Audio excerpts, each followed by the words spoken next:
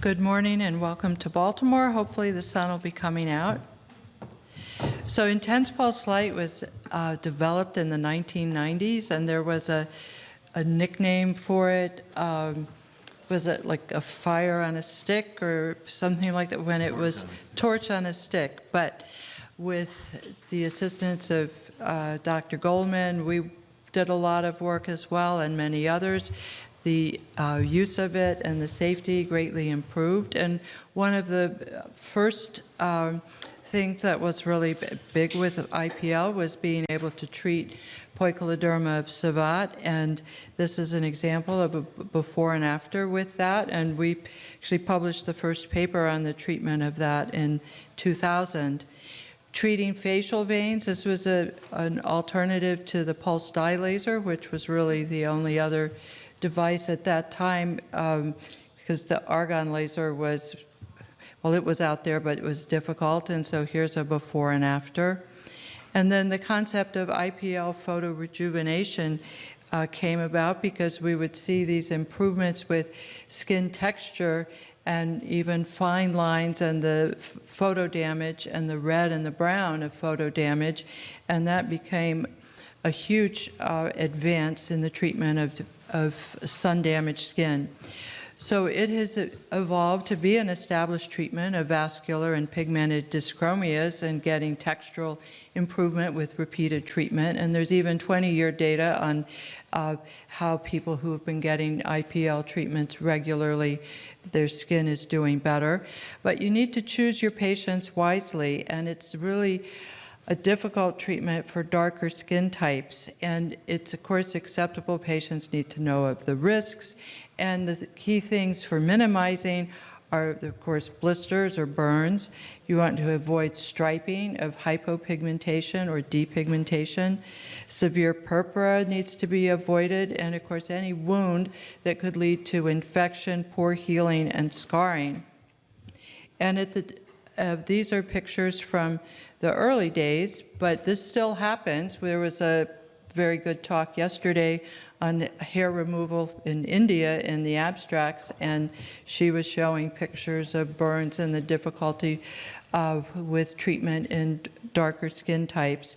So this shows the improvement that you can get. At that time, we did fractionated 1927 and some more intense pulse light, adjusting settings, going perpendicular to the first pass, but really trying to avoid having this happen would obviously be preferable. Of course, treating this kind of complication these days, there's picoseconds, Q-switched pigmented lasers that are also helpful. But it can take years for that kind of hypopigmentation to fade, and some eagle-eyed patients will still be able to see it 10 years later. So we called this the September effect, being a more seasonal place than, say, Southern California. But this patient had had a series of successful IPL treatments, and that was in the springtime.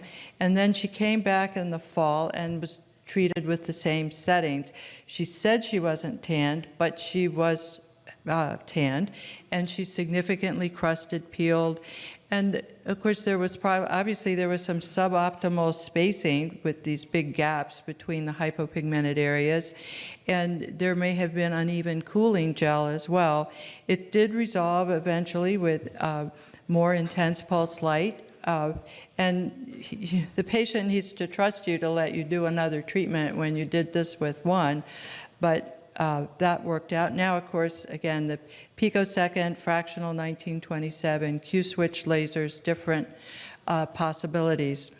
So to minimize the risk of that, you want to watch very much for that September effect of tanning. Know your device. We have 2 different IPL machines, and they are very different in their power output and the techniques with which you use them. You want to increase the wavelength of cutoff filters, because the original IPL we had, it had a 515 nanometer filter. Well, that was great with types 1 and 2 skin, but not great for 3 and 4. And so now there's much more of an adjustment away from the green again, knowing your machine. You want to watch for any footprint that might develop. You don't want to see a gray change to the skin when you have done a pulse. And the cooling is very important. Now most devices will have a sapphire cooling crystal or some kind of built-in cooling. And of course you want to listen to the patient for if they say, like, this is really painful. IPL really should not be very painful. In fact, most people can have it done without any topical anesthetic. And you want to avoid gaps with having good spacing. I mean, not having spacing, having a tiny bit of overlap. Again, that comes with skill, and apparently one of the companies that makes these devices has now come out with an assistance system to help increase the safety and decrease the possibility of having a gap. And you want to stress that more than one treatment is necessary in the patient expectations. Have a perpendicular orientation with subsequent treatment, or perhaps even like a second pass on the day of a treatment. There's a range and quality of devices. They've come a long way. And you don't want to treat a patient with a tan. This was an early version to try to reduce problems called a skin tell. This is non-CME, so I can use that name. And that would take 3 sample readings on the skin. It would calculate a melanin index, and then that would give suggested settings with choosing an appropriate pulse duration and fluence. And I always recommend doing test spots of 4 or 5 on an area that's not in the middle of the face before you proceed to treat the whole area. Here's a patient with poikiloderma who had no overlap, and the second treatment was performed with the crystal at 90 degrees, and the second treatment cleared it up.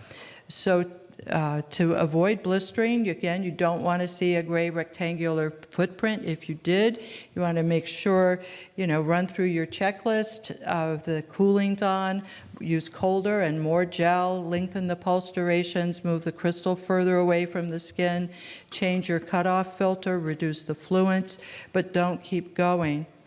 And IPL can go bad. This is from not that long ago.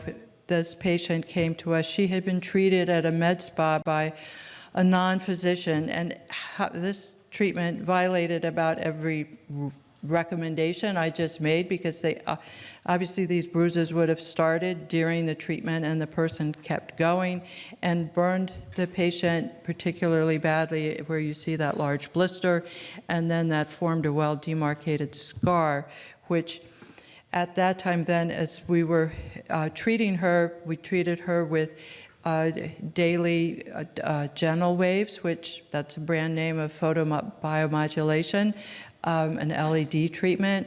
And then as the skin was recovering, obviously good wound care, then we did some pulse dye laser to areas of continued erythema, and we treated the scar with subcision and then injectable hyaluronic acid, and then also like other non-ablative lasers for the scar. But this kind of problem should not happen, and as Dr. Robert was saying, IPL remains one of the biggest, or if not the biggest, source. I haven't even mentioned IPL for laser hair removal, because that is generally speaking in this day and age and not the standard of care, and you don't want to be saying to your attorney, well, I used my IPL because that's what I had, not that that's what works best with it.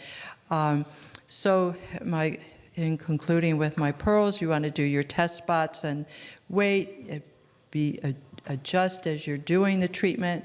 Don't forget your cooling, your gel, watch your overlap and stacking. Again, some of the devices have really greatly improved over the years, and you want to document your settings and your areas treated for the next operator, and protect the eyebrows and eyes, because they will go up in a plume if you do your IPL right on the eyebrow.